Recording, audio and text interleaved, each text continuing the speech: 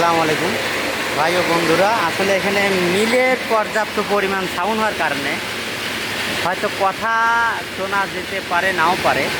এখন এই যে গরুর খাদ্য তৈরি করতেছি দেখেন, এখানে এখানে মনে করেন যে অনেক ধরনের খাবারই আছে। গম, ভুট্টা, ছোলা, খেসারি, খোল, ফিট, হ্যাঁ, এগুলো মিক্স করে এগুলো ভাঙানো হচ্ছে আর কি। এগুলো গরুর স্বাস্থ্যসম্মত খাবার তৈরি হয় এবং খুব ভালো মোটা তাজা হয়। এগুলা মিলে, এই যে মিলে ভাঙানো হচ্ছে, আপনারা দেখতে পাচ্ছেন যে মিলে ভাঙায়া এই যে পাউডার করা হচ্ছে।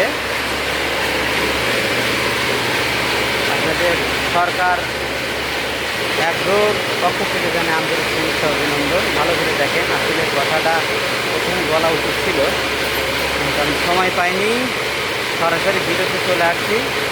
এরকম এরকম ডাস্ট করে নেব, এতে ভালো মোটা তাজা হয় গরু এবং মানে খাদ্য সংখ্যা কম লাগে, খুব রুচিসম্মত একটা খাবার। ডাস্ট হচ্ছে কাঁচা কলে আপনারা ভাঙিয়ে নেবেন।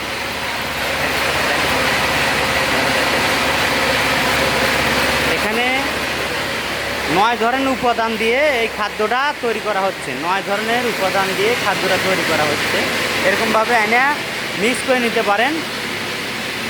রেশি হলো আপনার হলো 100%-এ ভুট্টা হলো 25%, আর আপনার বাদ বাকি 75% আপনার গম, খেসারি, সয়াবিন, ছোলা, মাসকলাই, তারপরে অ্যাঙ্কার ডাল, এগুলো সব ধরনের খাবার দিয়ে সব মিলে 100%। আশা করি আমি ভিডিওটা আপনাদেরকে দেখায় বুঝাতে পারছি। আপনারা এইভাবে চাইলে খাদ্য তৈরি করে গরুকে খাওয়াতে পারেন। ষাঁড় গরুর জন্যে, গাভী গরুর জন্য, দুটোর জন্যই ভালো হয়। তো সবাই ভালো থাকবেন। আসসালামু আলাইকুম।